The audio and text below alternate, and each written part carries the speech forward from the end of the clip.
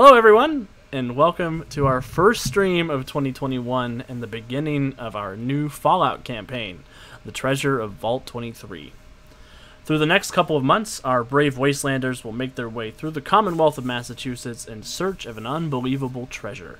My name is Alex, and I will be your humble overseer for this series. For this series, we will be playing the Fallout Wasteland Warfare RPG expansion by Modifius. This is a set of RPG rules that have been added to their popular miniatures game, which allows players to experience the Wasteland of Fallout with characters who grow and learn as they survive. It uses a set of custom dice as well as miniatures from the actual game to showcase deep tactical combat and many other elements of the Fallout franchise.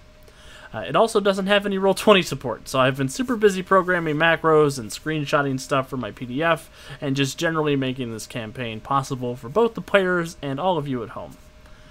The story we're telling concerns the setting of Fallout 4, but will be taking place 12 years before the events of the video game. I will also be taking some liberties with that source material and making some adaptations of my own to some of the factions involved, so don't worry about any spoilers from that game's plotline. We are essentially in an alternate universe. We have gathered some brave Wastelanders tonight. Say hi, Wastelanders. Hi, Wastelanders. Hi, Wastelanders. I want to give them a chance to tell us a little bit about themselves, the character they will be playing, and where else we can find them. Starting with Kat. Hi, I'm Kat. I am playing Ember. She is actually Dogmeat's original owner, if you've played the game and you know Dogmeat.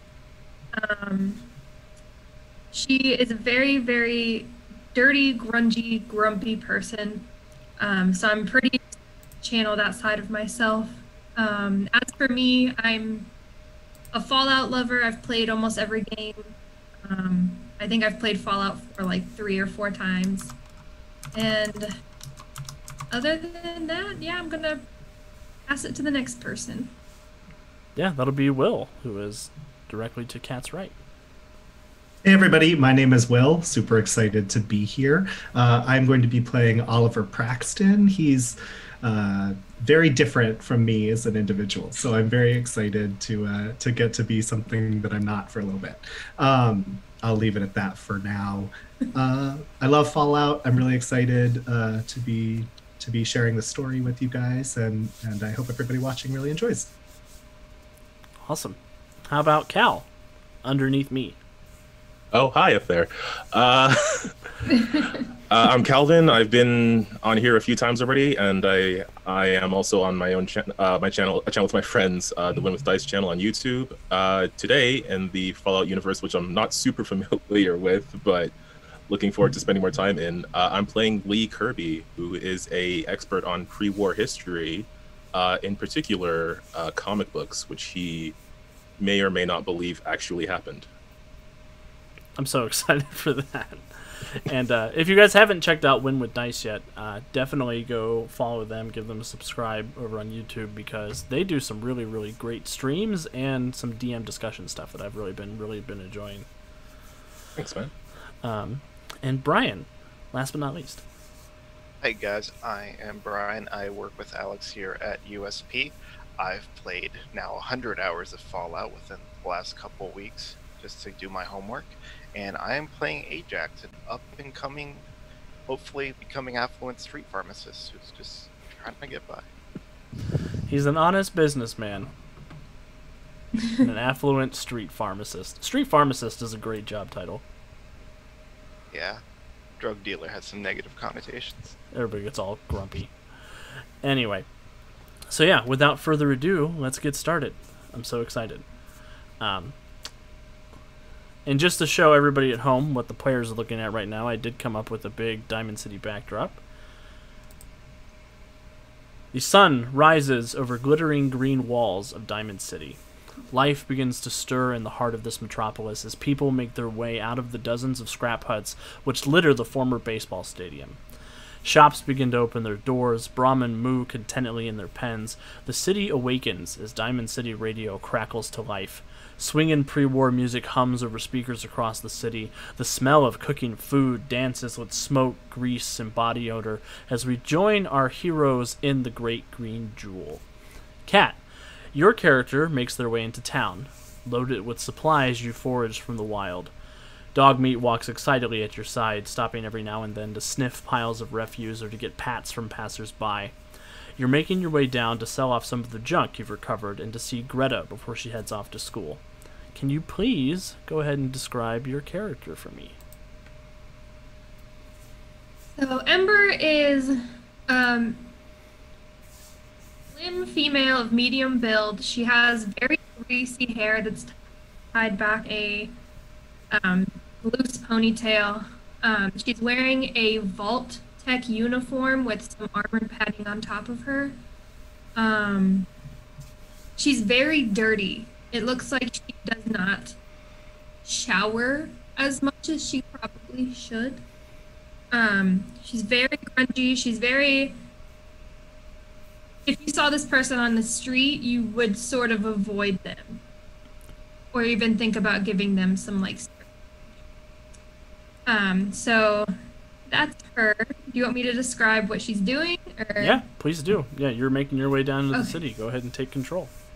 So as she makes her way into the city, she heads to the normal spot where there is a little homeless girl, and she gives some of the food that she's foraged while she's been gone. She says, "Hey, someday you won't have to do this anymore. How are you doing?"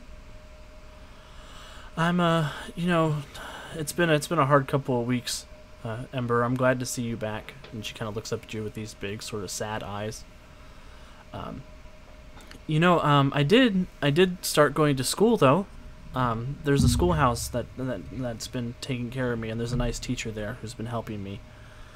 But I'm just glad you're home. I missed you. Do they feed you there? Yeah, they do. I get one meal a day from the schoolhouse.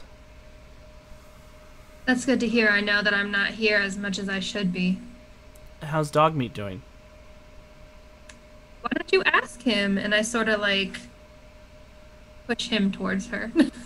He kind of looks up at you and cocks his head to the side. Then he sort of shuffles over to where Greta is. And she starts like playing with the scruff of his neck, just getting in there and just really, really give him a good pat, good scratches. His tail's wagging. Oh, Ember, I got something for you. Someone gave you something to give to me? Yeah. And she sort of reaches down into her little coveralls and she pulls out a note and she hands it to you. Who gave this to you? It was a robot? He wasn't Robot? very nice though. He was kind of I don't know, he was kind of snooty, kind of uppity.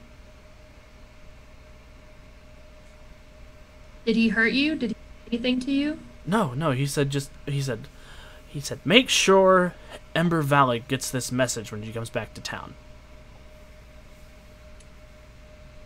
Well, I don't know how I feel about you interacting with robots, but thank you for collecting me. Is there anything that you need before I go and sell my wares?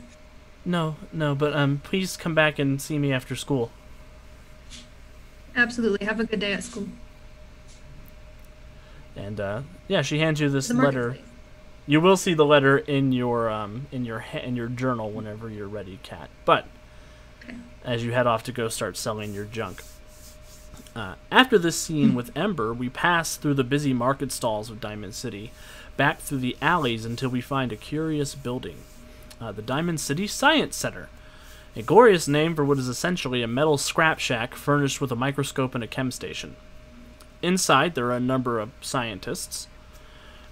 Professor Scara and Dr. Duff, along with Cal's character.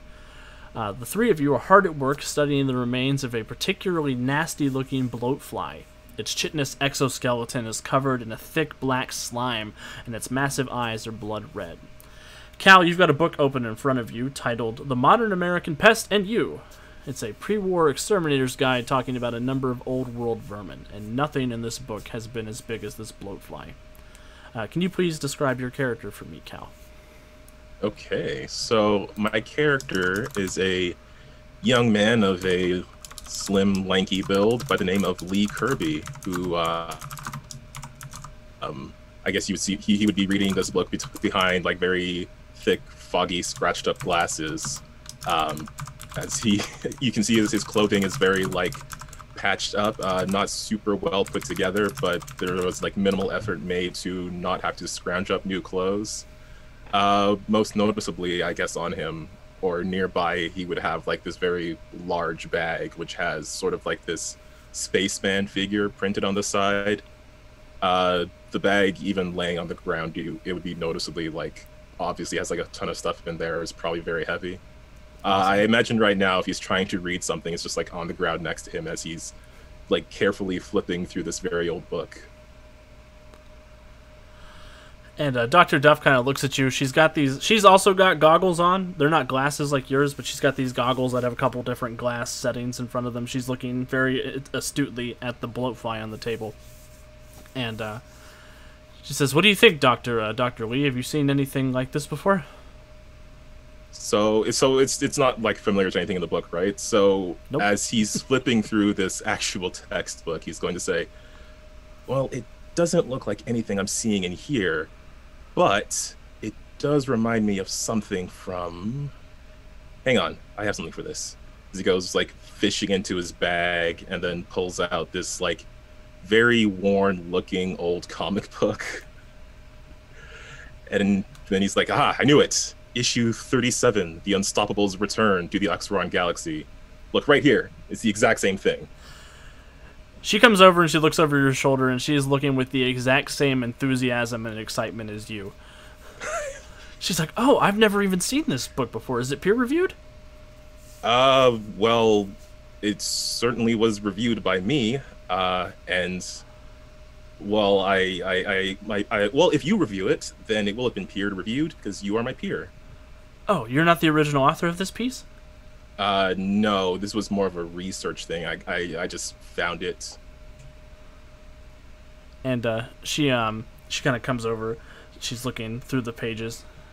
She's like, "Well, can you come over here?" And she sort of like stretches. She pulls out a couple of forceps and stuff and hands them to you. She's like, "Can you try to like vivisect this area and try to see if we can figure out what's going on? I think there's a gland in here that'll help explain sort of what's been going on with this creature." Oh, of course. And he'll set right to it, probably leaning a little bit too close as he's about to open up this gland with the scalpel. Awesome.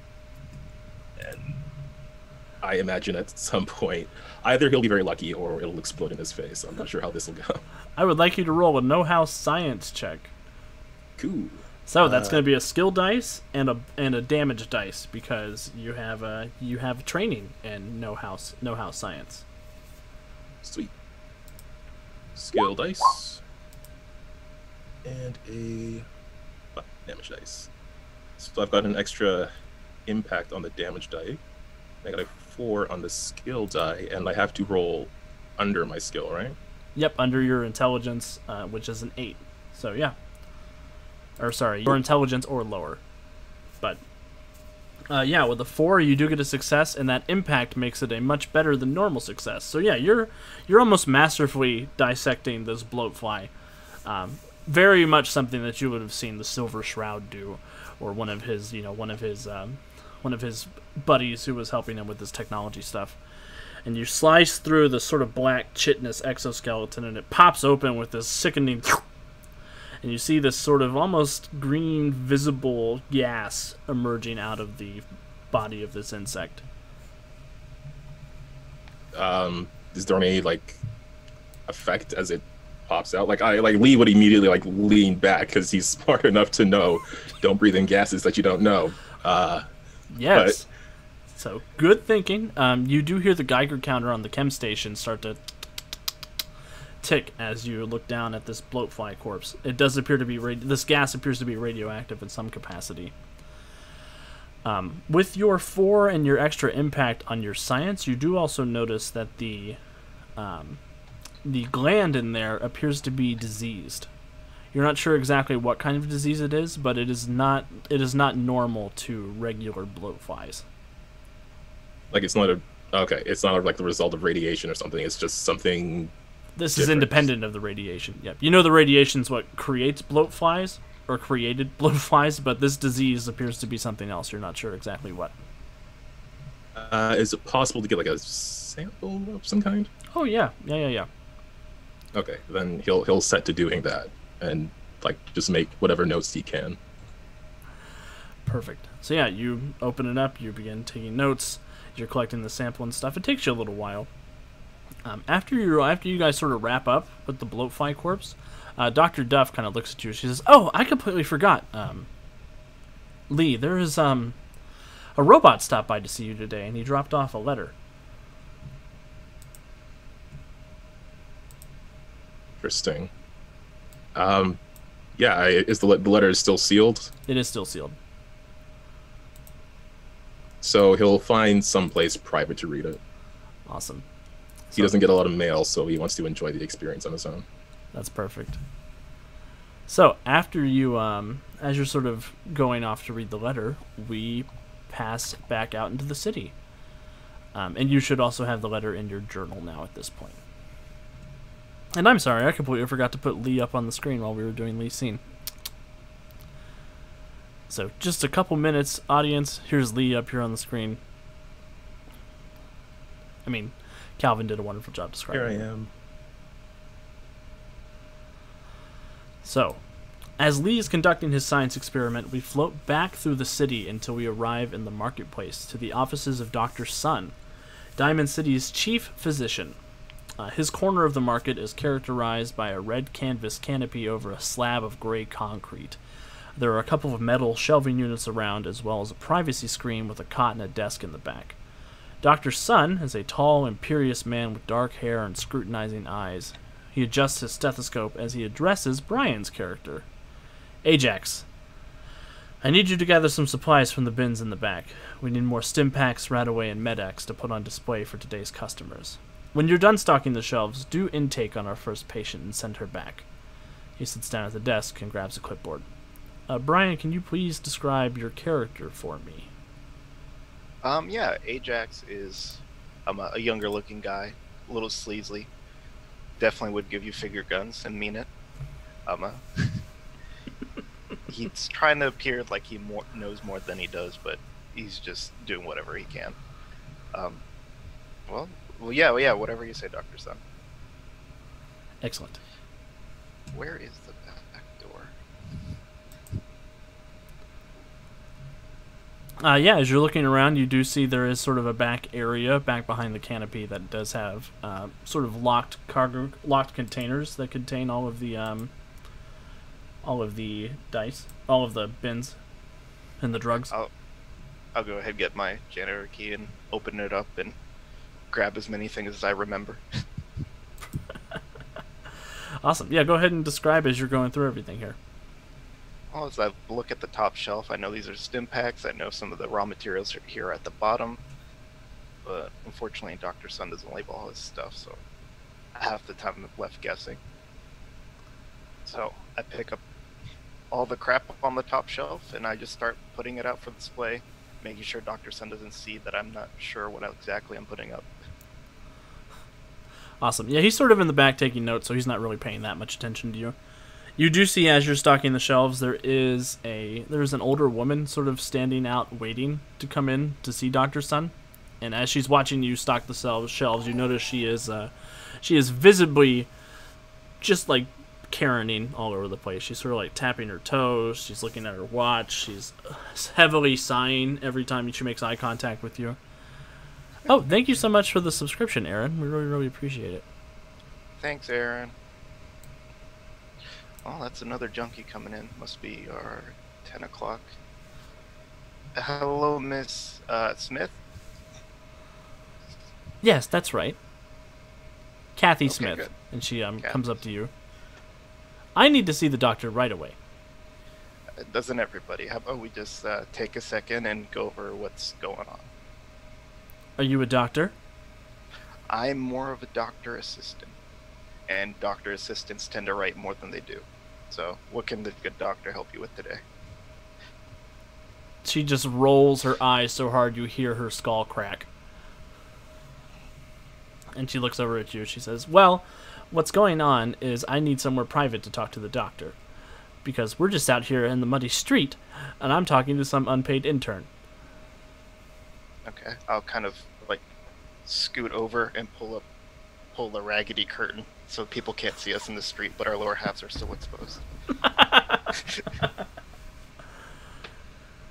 Now, Kathy, I don't mean to be rude, but you're not one of the doctor's special patients, right? What do you mean by that? You know what?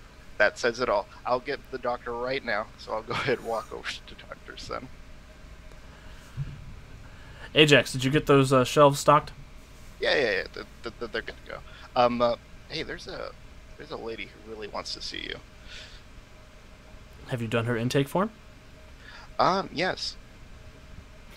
See, it's right here. I wrote down an impatient bitch. She does not want to talk to me in any sort of manner, and she's not one of your lovely girls that you talk to all the time.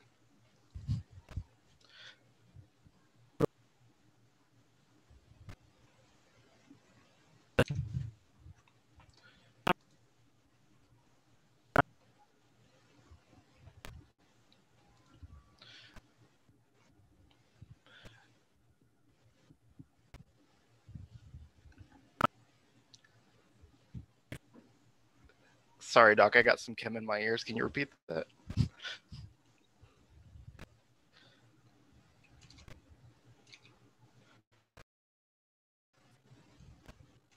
Oh, no.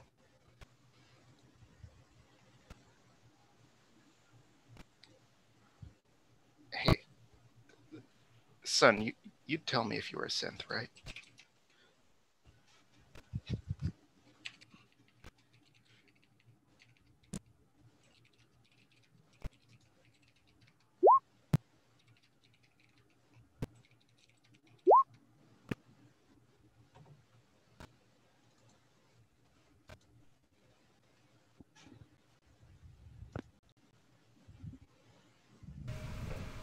How about now? Is that working now? That is much better, Doctor. You scared me for a second. No, I'm not a synth. Ew, why you go all staticky on me? Does not compute. What I said, Mr. Ajax, clean the chem out of your ears, is to send Miss Smith back. Yeah, you're right. You're right, Knight of Foltus. It is pre-war tech. That's my bad. Sorry about that, chat. Yeah, no problem. I'll get the room ready. Hello, Kathy? Yes, young man. Is the doctor ready to see me now? Yes, he had to push some things aside, so unfortunately he's going to charge extra. That's going to be 12 caps. Up front? That's so suspicious. Up front. That sounds like a deception skill roll level of suspicious. I will try my best. What am I rolling? You're going to roll a skill value, and I think you are trained in deception, so you'll roll a damage dice as well. I should call it an impact dice. Yeah, you are trained in deception, so you just need to roll a skill dice plus your deception dice, and that's going to be versus your charisma of 6. Okay. Skill. And there we go. So you got zeros. You got a critical success. That exclamation point means you got a crit, and you got 1 extra impact. So yeah, she's like, okay, fine, whatever. 12 caps is nothing, and she puts 12 caps down on the table for you. Okay, and since the form I wrote isn't any good, I need you to fill this out while you're waiting in the back. She will cooperate. And I will go back to Dr. Sun and let him know his patient's ready. Excellent. There was a message dropped off for you this morning. I just went through my mail. And he says, are you taking private letters here at work? No, I don't take private letters here. Then they wouldn't be private. Well, whatever it is, see to it and hurry back. That's probably a junkie. I'll see you later. And yeah, so you head off to go read your mysterious letter, which is also now in your journal. So, Yay. Finally, we leave the market and we head back to the wall, a great green barricade between the wasteland and Diamond City. We see Abbott and Will's character carrying cans of green paint as well as tool belts and paint rollers. Abbott is an older man dressed in coveralls, wearing a hard hat. His face is weathered and bearded from too many years of hard living. He says, "Come on, new guy, put your back into it. We've got lots of repairs to do on this great beauty." Will, can you please describe your character? I guess the first thing that you would see about Oliver is his relatively new broken nose. But you should see the other guy. Let's see. He's got some reddish blonde long hair that's been undercut on both sides. Wears aviators, so you can't really see his eyes. His clothes are old, but pretty well maintained, and he seems to be pretty clean. What else can I tell you? When his hair does move from the back of his neck, you can see that he's got a small tattoo there of a lithium atom. So that's his appearance. Oh, and it should probably be said that he is barefoot. So who knows where his shoes went, but they're not on him. I don't understand how you're doing a construction job without shoes, but you volunteered. Yeah, well, you do what you can. Look, we're not going to have a grump off here, pal. He won't say anything. He'll just take out his green paint and try just a little bit harder than Mr. Abbott next to him. Awesome. Yeah, the two of you take out these green paints, you grab the big rollers, and Abbott's sort of like leading the charge as you guys are moving up, painting this fresh coat of green paint on the wall. Oliver, please give me... Let me look for an appropriate skill real quick. This is a little wild, but will you please give me a repair/craft armor check? Sure, I am proficient in that. So that's a skill and a black die. Am I right when I say that? Yes, and it's versus your intelligence, so you have to get a 3 or lower.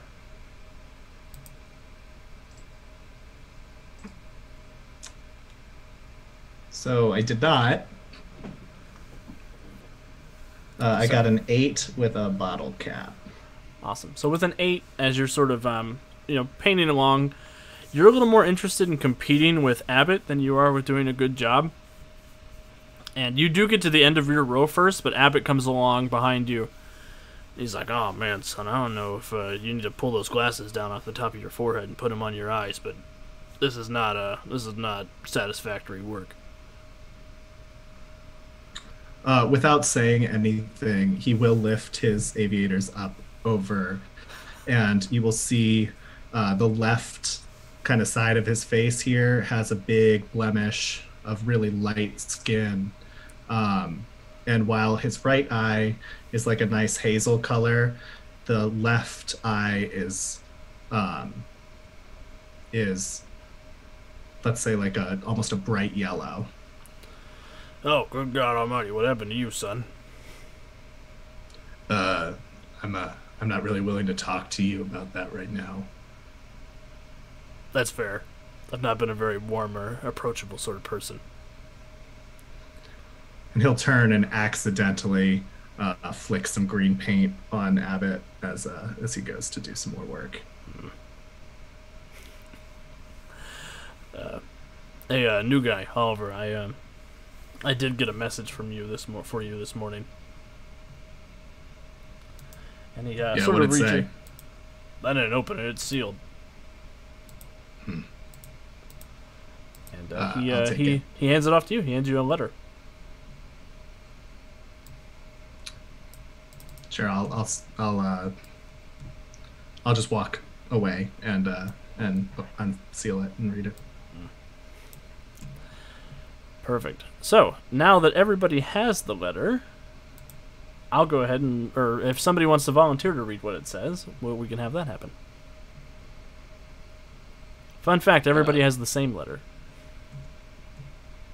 I could give it a go unless someone else wants to read it. Do it. Read. Okay. Mysterious letter. Greetings. I hope this message finds you in good health and spirits in which I send it.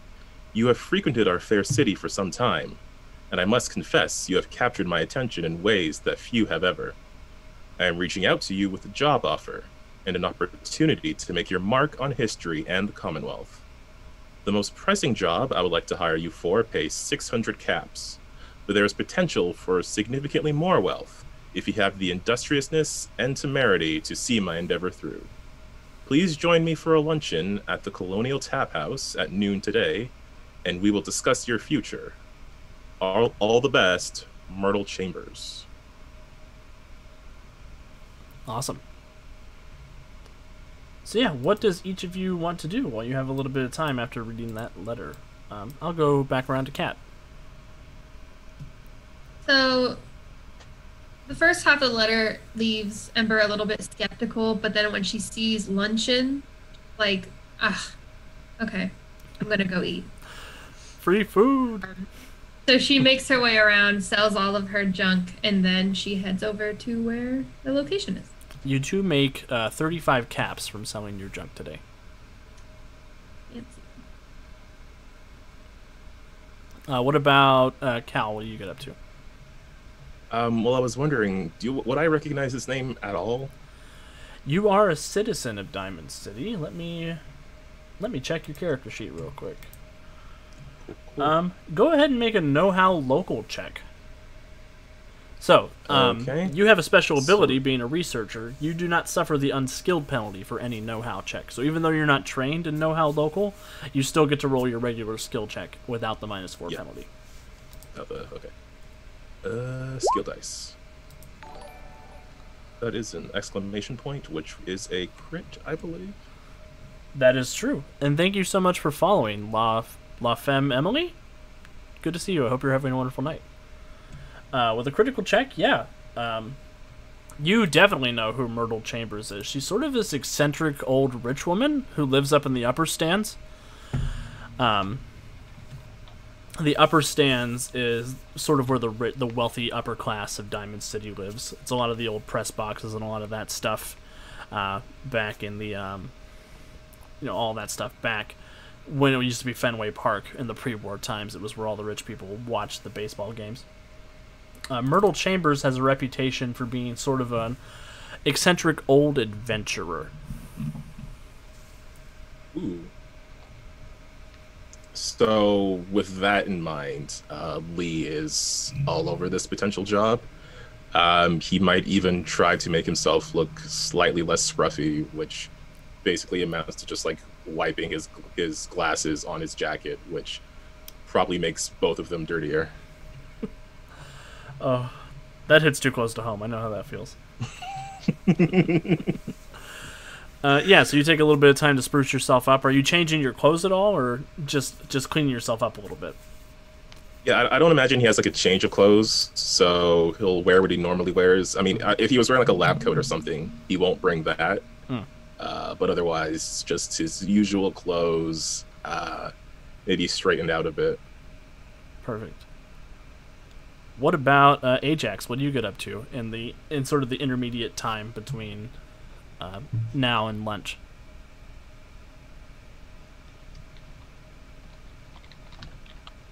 Oh, I'm sorry, I spaced out there for a second. Yeah, I'm gonna circle back to my little room above Mr. Sun's store so I can grab a couple of things and just let him know that I'm gonna be probably out for the rest of the day.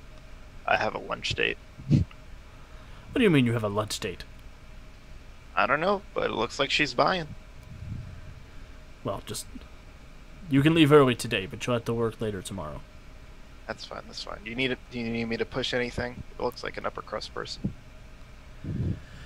If you want to take some day tripper up there, I wouldn't hate that. Okay. And I'll grab the nicely branded Sun stickers and put them on the chems and get on my way. They're just old yellow stickers of the actual sun with the doctor written on the middle. Perfect. What about Oliver, Will? What are you doing in the intermediate interim? I Interim, think, that's what I'm looking for. I'm gonna try and sneak away here from Abbott, probably without even saying goodbye. Just hide. And am I cool to just walk through the wall into Diamond City, or do I have to try and sneak my way in there too? No, you're cool to go through the wall. Yeah, I feel like I've been here a bunch before, so I'll do that. And I'll probably show up a little bit early and just kind of case our location here. Awesome. Yeah, I'm not sure that I necessarily trust the letter, so. Yeah, making your way up to where you guys are supposed to meet, you do see that this is the Colonial Taphouse is the name of the restaurant. It's a very, very nice establishment. Well, it's what passes for fine dining in 2275. It's nice-ish. Looking around, you see there is this big sort of green rusted sign that says Colonial Taphouse on it in this very elaborate font. There's also a couple of... There, you do see a robot hanging out there. There's a Mr. Handy that's sort of floating around. He's got a towel dripped over one of his arms, and he's floating around looking sort of dismissive at everything. Do you want to roll a stealth check to see if he notices you? I sure can. And that's opposed by his notice roll.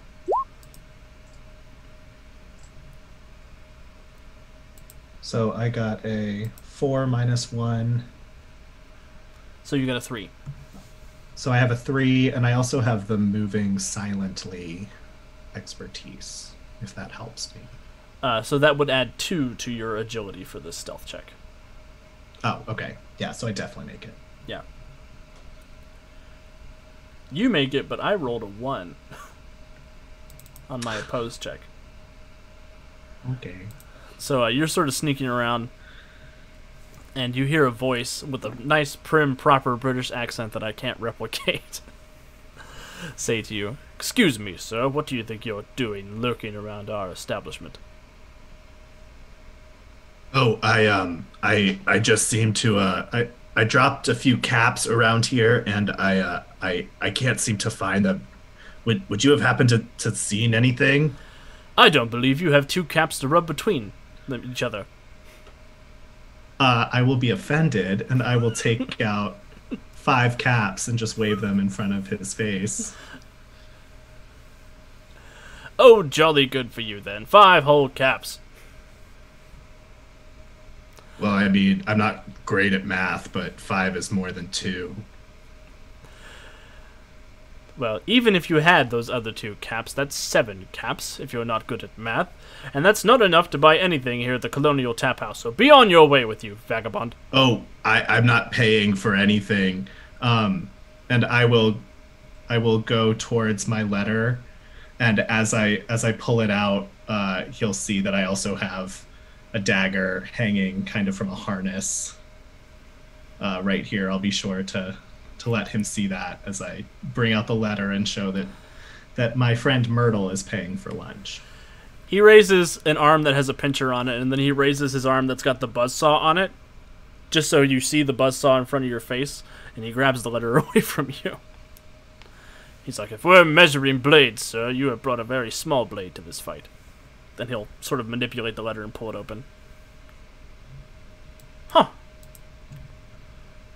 Well, apparently you do have business here. You are really somebody that Myrtle Chambers has summoned. He looks down and he looks up at you. I mean, that's what the letter says, and I will snatch it back from him. What is this world coming to? And I will just walk past him.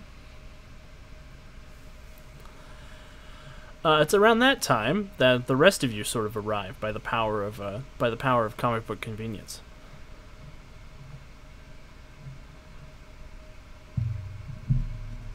So, yeah, Oliver, you sneak inside. Ember, Ajax, and Lee, you guys all arrive sort of on the stoop in front of this robot who is still looking sort of gobsmacked. I'm just gonna try to walk past the robot. Excuse me. I will turn around slowly, very disgusted. You don't look nearly Yes? well taken care of to be coming into the Colonial Taphouse. Okay, and then I'm going to turn around and keep walking. When is the last time you bathed? Not even responding, just still walking. He turns to Lee and Ajax. And he says, "Well, are you going to answer for your friend in there?" Oh, I don't know her. Yeah, friend's a little presumptuous.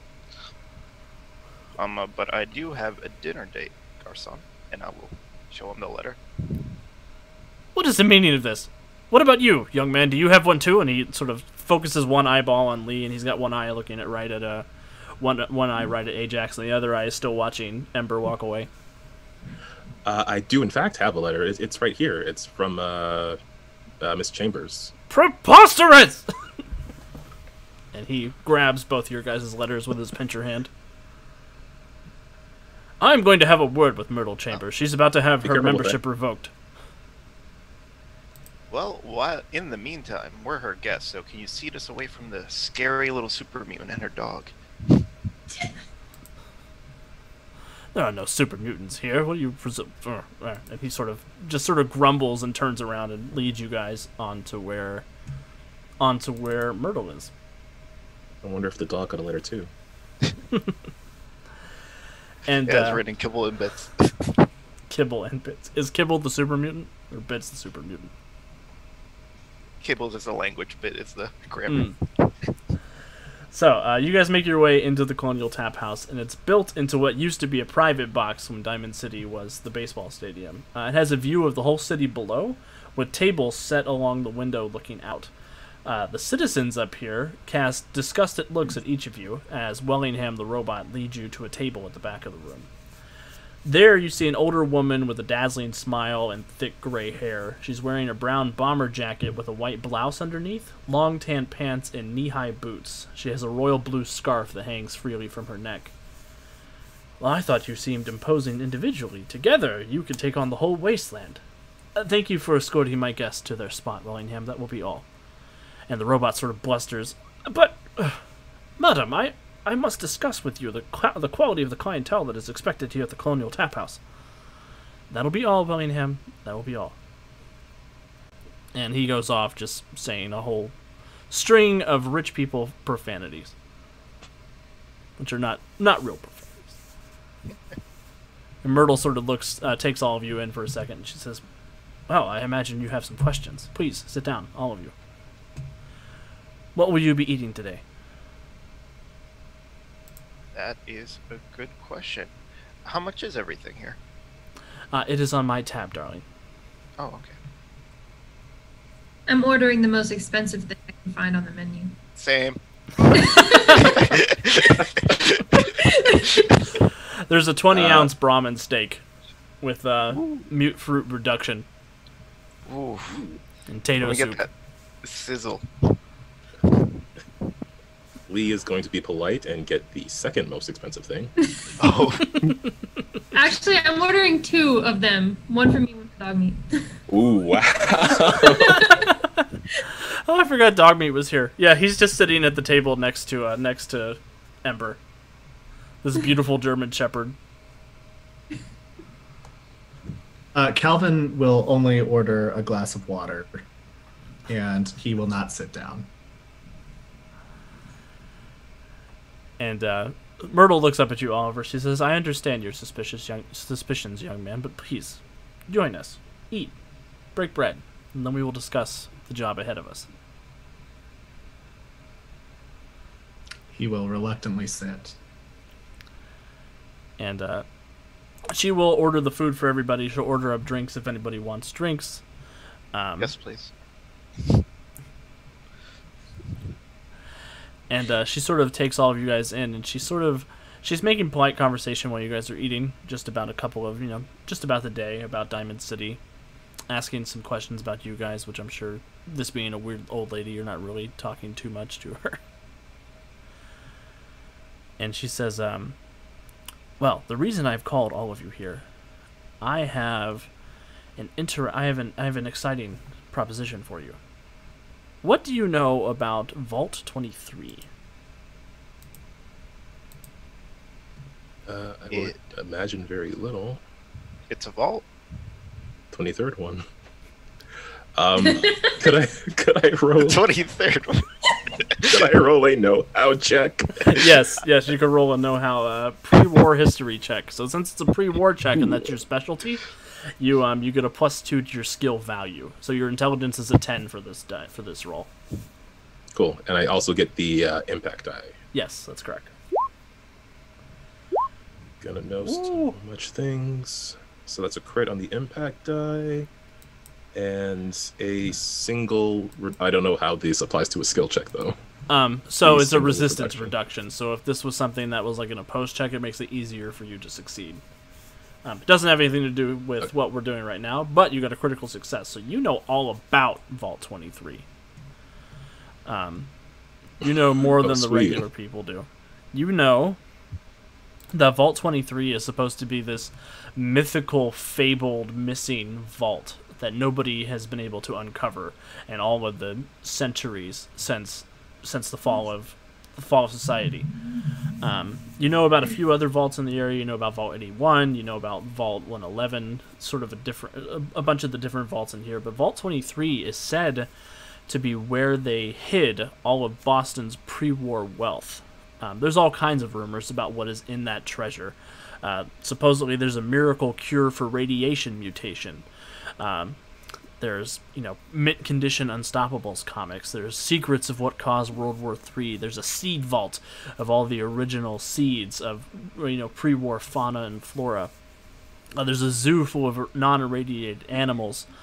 There might even be a nuclear bomb stored there. There's all sorts of stuff that's rumored to be hidden in this vault that could be worth hundreds of thousands of caps as far as you're concerned. Well, there is one specific thing I'm concerned about. So, I imagine Lee would sit up at the name of Vault 23. He's like, "Oh yeah, I've heard of that." Well, I have to let you all know that I believe I have found the way to Vault 23, but I need an intrepid group of heroes to take up the task of locating it for me.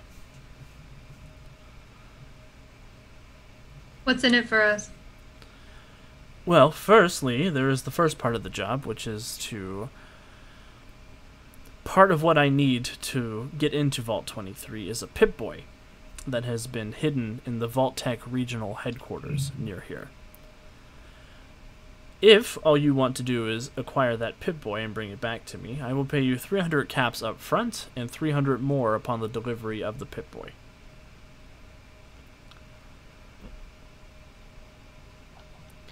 But if you have the industriousness to continue through this quest to find Vault 23, I will give you an equal share of the treasure that we find.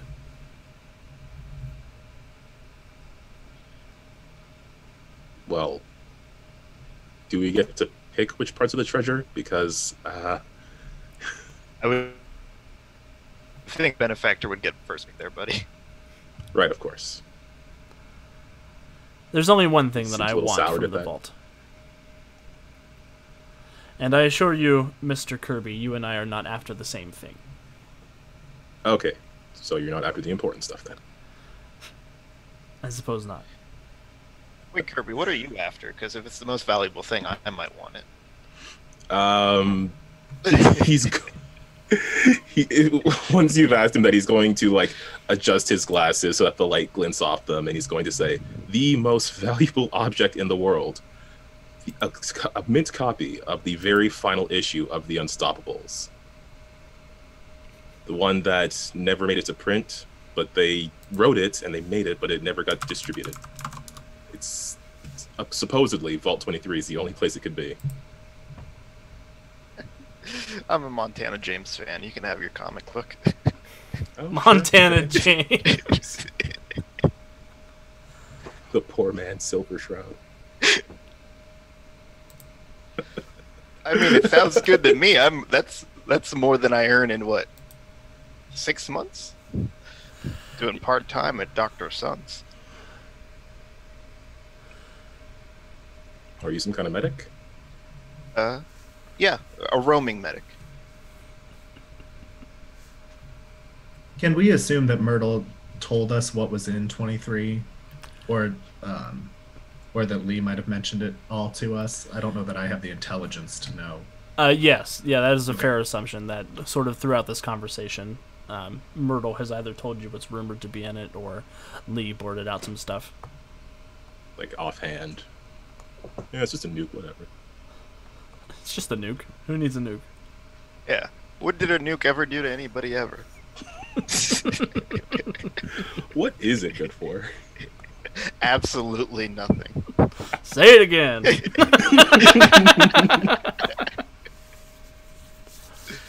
What's the catch? There is no catch, darling. Other than this is incredibly dangerous, and it could result in death, dismemberment, or horrible other things that could happen to people out there in the wasteland. The danger is the catch. Yeah, guys, face it, we're not gonna live to her age. This is our midlife crisis. We might as well do it.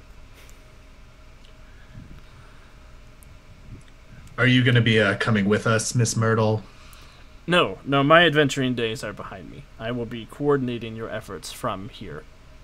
At least until you return with the Pip-Boy, and then, well, when you return with the Pip-Boy, there are other things that we could talk about. Well, the way that I see it, there's 4 of us, so 300 caps now, 300 caps when we get back. What if we said 400 caps now and 400 when we get back? That way we each get 100 on our way out. How about this? You take 100 caps off of his pay, and I'll take 50 more caps, and you still save money.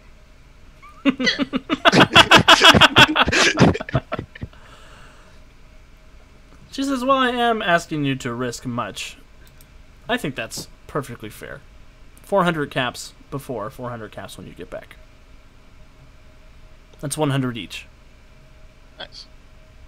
All right, I'm in for the first half at least. Fine.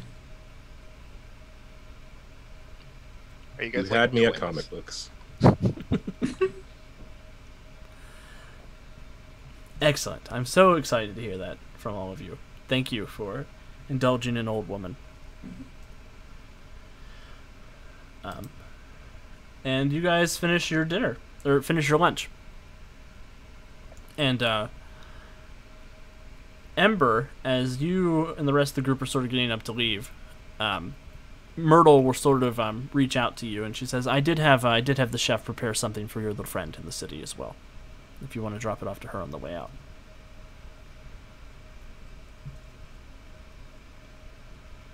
Why? Because she's hungry and she needs the food. You're telling me you did this out of the goodness of your heart? I do most things out of the goodness of my heart. And take the food and leave. She says, it isn't a doggy bag, but don't give it to your doggy. She doesn't respond. Oh, by the way, Miss Chambers, Yes, young man. and I'll go ahead and give her one of the day trippers. Courtesy of the shop downstairs. Thank you very much. I needed to pick me up. There you go. Drug use is very casual in the Fallout universe. Yeah. It's the apocalypse. You're allowed. Everybody needs an escape. Awesome. So, yeah, she does mark on your guys' sort of map of the area, which I will take you guys over to, and I will also share with the nice folks at home. Let me drag you guys over there real quick. Also, chat, this is my first stream with 2 monitors, and I'm so excited.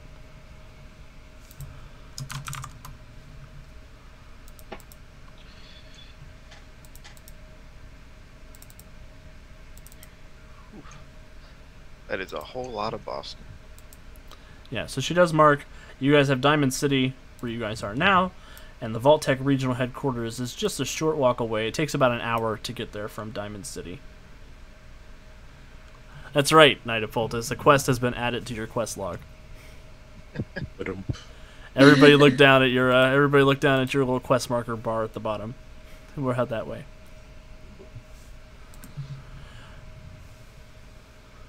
Oh, Bihexual Storm is going so much easier for me. I love having 2 monitors. I've got all of you guys over here on this monitor, and then I've got the Roll20 stuff on this monitor. It's beautiful. Beautiful. Perfect. So yeah, what do you guys want to do as you guys are sort of preparing to head off on this adventure? It takes about an hour to get to Vault Tech headquarters. It's just after 2 o'clock in the afternoon now. I'll sort of give you guys, feel free to discuss amongst yourselves. Do any of you need to gather anything before we go? Actually, what are you all good at? I feel like I should know this before we go on this sort of dangerous journey. Well, good sir, and I'll puff my jacket. That's a trade secret. Okay, but really though, I'd rather not. If we run into something dangerous, I'd rather not. Turn to you for help and then find out that your trade secret is not being good at fighting things. Hey, so far you're already ahead of the game. Right. Okay. What about you two? I'm not much for words, but if you need me to punch something, that's probably why Miss Myrtle would have picked me. Yeah, I think his weak point is sandals. Yeah, is that gonna be a problem? Walking across the wastes, barefoot? Hasn't been a problem for me yet. Good to know. God, look at those calluses. I'm sure he's good at kicking too. I'm good at remaining undetected. Oh, you're What very about stealthy. you? Oh, I'm good at knowing things. Pre-war history is my specialty. I'm something of a scientist as well, as he's like constantly adjusting his ill-fitting glasses. Charming. I have some place I need to be. I'll meet you guys at the gate in an hour, and then I'll walk off in the direction of... Before she runs away, Dogmeat does he does sort of draw attention to himself, and he looks for something just a bit of trash or something. He grabs it and he thrashes it around and growls a little bit, and looks up at all of you with his tail wagging. Adorable. We already have a team mascot. Dogmeat, quit showing off. Come on. Ember, he's like, you have this connection with him, and he's like, I just wanted to show them what I could do. What I was Sounds good like at. the dog may be the best talker in the group. Oh no. Probably not wrong. Once I get away from them, I look at him and I'm like, they know you're a good boy, okay? I'll give him a little scratch. He's just happy. To be fair, he is a better talker than Ember is. He's got 3 charisma, and Ember has 2. Fair. Yeah, Dogmeat is a ride-in. You're right. So, yeah, Ember, you head off into the city. You said you want everybody to meet you in an hour at the gate? Yep. It is around 2 o'clock now, so Ember, you do see Greta is getting out of school around this time. So, when I would have left the restaurant, I want to break off a piece of whatever she gave me for Greta and eat it, so it has the time to kick in if it's a poison. Because I don't trust anyone. So I'm just waiting to die. Fun fact: you dropped dead right on the school steps. Lie. That's Where not did true. Ember go? Backup character time. Now you're playing Greta. Surprise everybody. Love it. No, you feel fine. It's tasty. I'll let you decide whatever is in the doggy bag. I don't know what kids eat. I don't know. It can be whatever all-out version of chicken fingers is. Mm-hmm.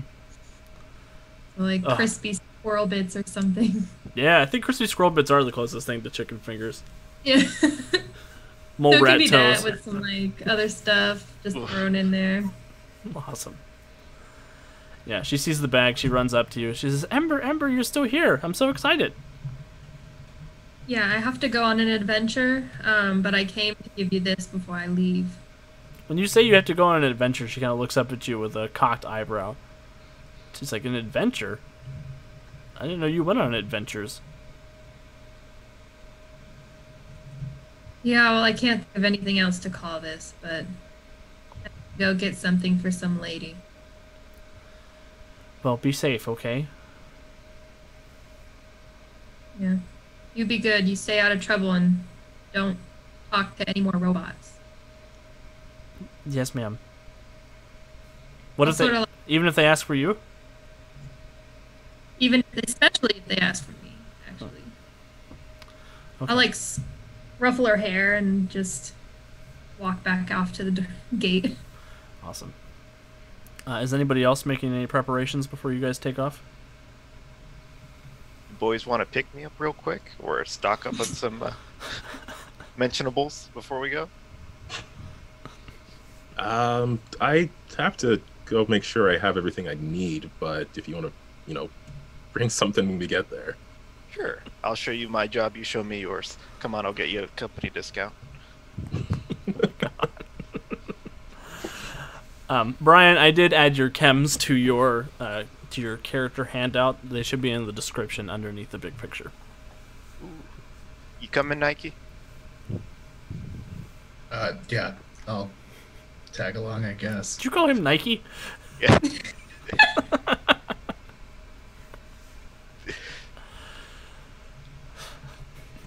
I'll kind of knock onto Dr. Sun's office before I run upstairs. Hey, I gotta drop some stuff off, pick some stuff up.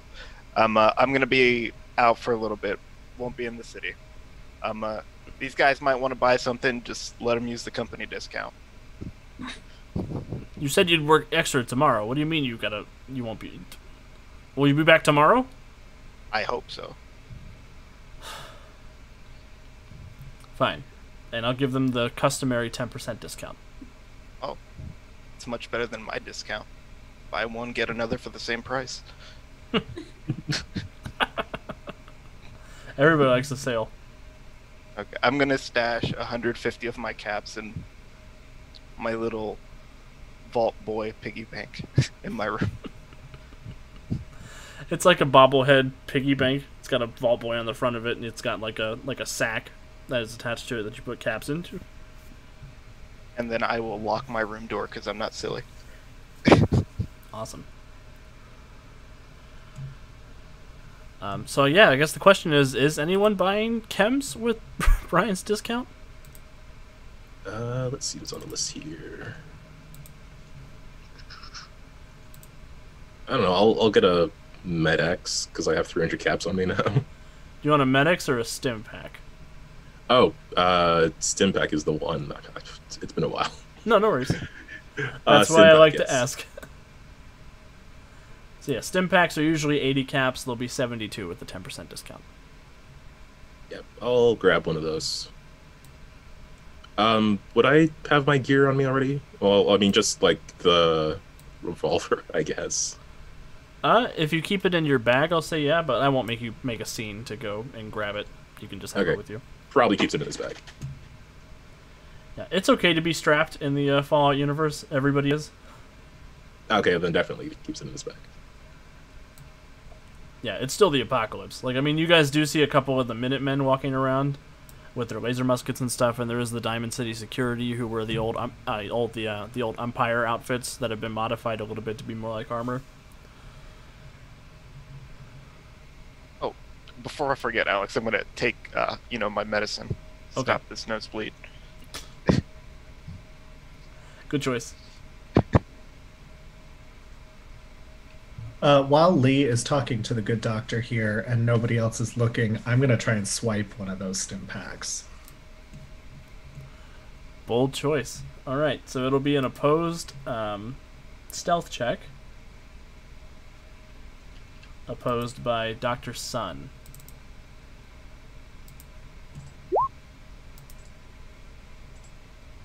Oh, wow. Yeah, you rolled a 1 with an AP. Dr. Sun rolled a 1 with an AP. I also have competitive, if that helps me. That's true. And you have an extra impact. He did not get an impact on his. So, you do succeed. Cool. In the event of ties, it is whoever has the lower number or more impact, whatever is the case. Gotcha. So you are able to grab that stim pack without being noticed. Cool.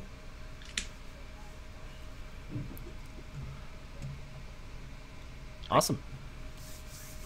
Well, the rest of the hour goes by sort of uneventfully, and you guys reunite at the gate of Diamond City.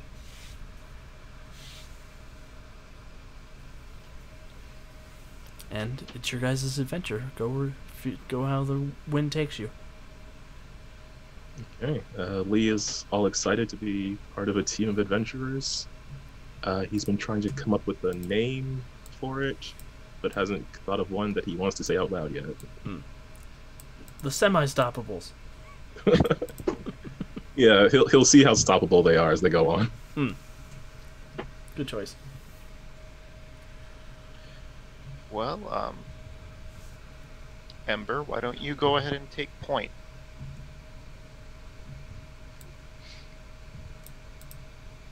Along with Oliver.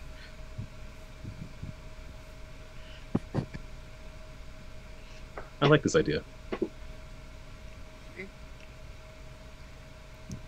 See, if I told you what I was good at the beginning, you wouldn't get these moments.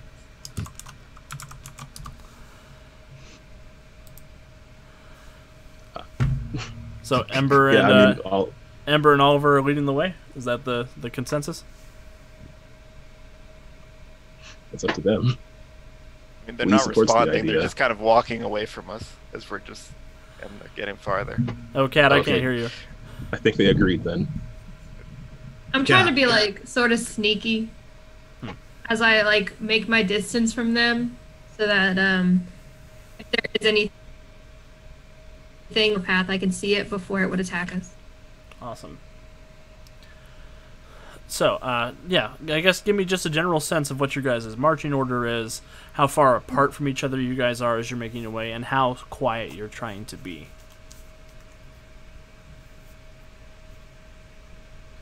I guess I'm in the front, and I'm trying to be very, very quiet. And I'm pretty far. Like, I can still see them when I turn around, but I'm pretty far enough away that I wouldn't get lumped in with them if something were to attack them.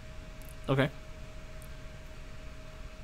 I'm casually strolling because we're still within Diamond City's reach. I'm not too worried yet.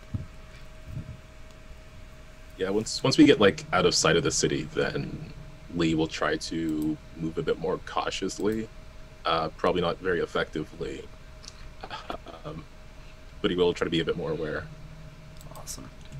Oliver will start up in the front, and then as he notices that his friends behind are not super great at being quiet, he will slowly move himself to the back and keep an eye on the rear to make sure nothing surprises us the opposite direction. Perfect. All right, so it sounds like we might have... we've got Ember and Dogmeat at the front, sort of a ways away from everybody. It sounds like Lee and Ajax are pretty close together, and Oliver is... Are you as far away from the back as Ember is from the front, or are you closer than that? I think I'm pretty tight with the rest of the group. Okay. So I'm not trailing by too much, just enough to be a buffer between Cool. what I think are squishier people. So what I want to do for this, I want to have Kat go ahead and roll a stealth check, and Will go ahead and roll a stealth check. Will, since you're sort of working with the group, I want you to roll the skill dice plus your black dice. Plus, I want you to roll an armor dice and an accuracy dice. No, an armor dice and an impact dice. Armor, not armor reduction. I'm sorry, just so that I have that right. Skill, damage, Skill, damage, armor. Yep. And I'm just doing skill and damage. Yep. Got an 8 and a 0.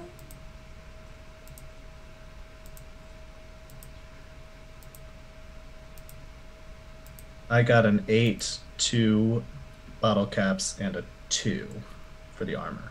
Awesome. What are your guys' agilities? I'm not looking at your sheets right this second. Oh, I'm sorry. Mine is 8. So as long as that 2 didn't do anything to me, I made it. My agility is 4. 4. Okay. So Ember, you're sort of sneaking along. You feel pretty good about how you're sneaking. Actually, I think you get a +2 because of your blending in ability.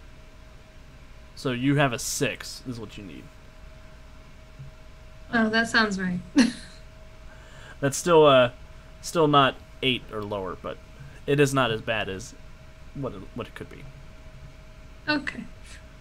And you guys begin making your way onward, deeper into the ruins of Boston. Will, Oliver, you were just able to keep the group sort of quiet as you guys are moving along. And I've got to set some stuff here on this next screen real quick, just with the new marching order in mind.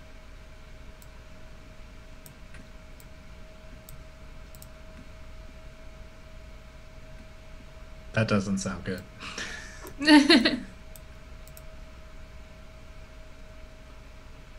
Alright, that'll do.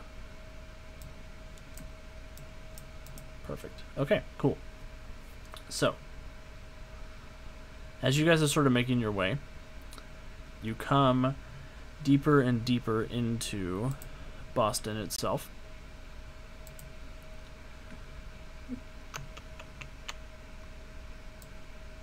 Until you come in sort of this intersection where you see there's a bunch of ruined buildings around you. There's a couple of ruined cars. Kat, I would like for you to roll a notice check for me, please. No. And I will give you a black dice for having dog meat with you. So skill and damage again? Yep, skill. If you're trained in notice, do notice. But I'm not sure if you're trained in notice. Let me double check. Notice. No, you are not trained in notice. So you do get a black dice for having dog meat, and that'll take away your unskilled penalty. Nice. So you rolled a 3, and the dog meat gave you a -1, so you rolled a 2. Cool. As you're sort of making your way, you just make out a form moving around this area. And you see this man dressed in road leathers with a few pieces of scrap raider armor strapped to his arms and chest. He's got this swooping blonde hair, 5 o'clock shadow, and a tattoo of an eagle on his neck. And he has a machete strapped to his side, and he's got a toothpick hanging from his mouth. And you see him lurking over here.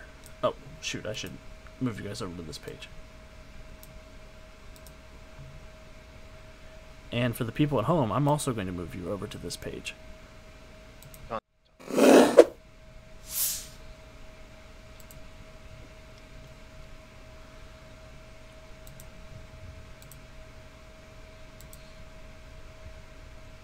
Controlled by... Sorry, Kat. I noticed that you don't have vision. Vision. I didn't give you a Everything's so token. I didn't dark. give you control of a token that could see. Oh. So now you should be able to see on this screen. Ooh. Okay. So where is he? He is right up here. Hmm. And you Does see he look looks, suspicious? Like, does he look like he's ready to attack something? yeah, he looks like he's waiting in ambush for somebody. I want to like. I either want to like fall back or wait for them to catch up with me, and whisper or like point where I see him. Perfect.